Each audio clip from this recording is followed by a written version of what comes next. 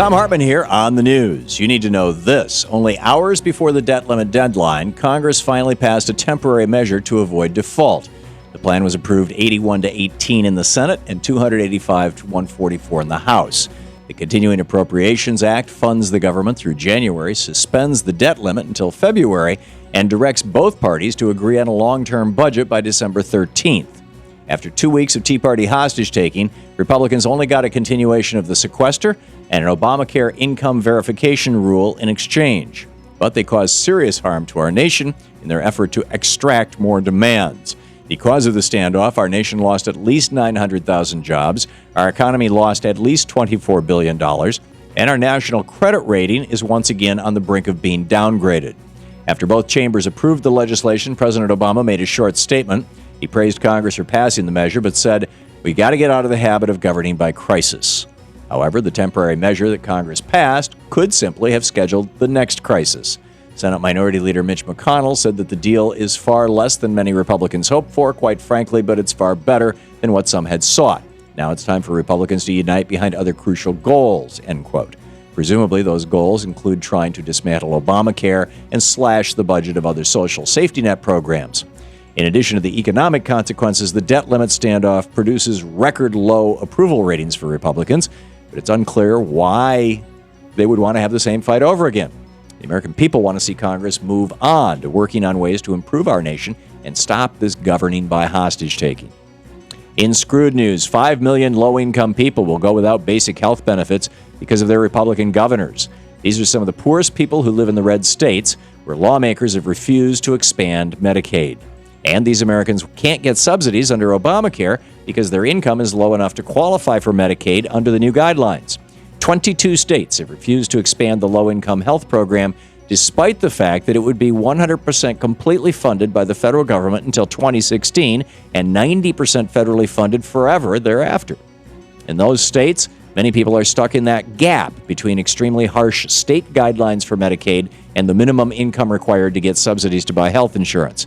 These Republican governors would rather see people suffering in that crack than do anything that could be seen as supporting our president. Some red states have come around to accepting the Medicaid expansion, and there's at least 5 million people around our nation who hope that their governors will accept it as well. In the best of the rest of the news, California voters want to put marijuana legalization on the ballot. Supporters of the Marijuana Control, Legalization, and Revenue Act of 2014 are circulating a petition to get the measure before voters in 2014. And the bill was an open-source creation that was drafted by a group of activists and supporters. Last year, the initiative's sponsor, Dave Hodges, came up with an idea to collaborate on a proposal with others. So he created a website, an email list, and a Google document, which activists and supporters used to exchange ideas. Although the process did provide some edits and suggestions that weren't very useful, it eventually led to the creation of a final proposal. Medical marijuana is already legal in that state, but the new initiative would give Californians the freedom to use, grow, transport, and sell cannabis subject to reasonable regulation and taxation in a manner similar to alcohol. The proposed bill would also prevent cities from banning medical marijuana dispensaries, which has prevented owners from opening stores in some areas. Hopefully, Mr. Hodges will get enough signatures to put the measure before the voters of California, and they will approve this common-sense legislation. It turns out that ensuring access to birth control doesn't only benefit women. A new paper from the University of Michigan economist Martha Bailey explains that family planning services actually help society as a whole, which of course includes men. Ms. Bailey examined contraceptive policies as far back as the 1950s and 60s and found that expanding access to birth control has long-term positive effects, like higher family incomes and better college graduation rates. In fact, women being able to choose when to give birth actually benefits their kids much later in life. Ms. Bailey found that, quote, individuals' access to contraceptives increased their children's college completion, labor force participation, wages, and family incomes decades later, end quote. By deciding when to have kids and how many kids to have, women are more likely to have more time and money to devote to each of their children. Thus, their kids have a better chance of succeeding all the way through life.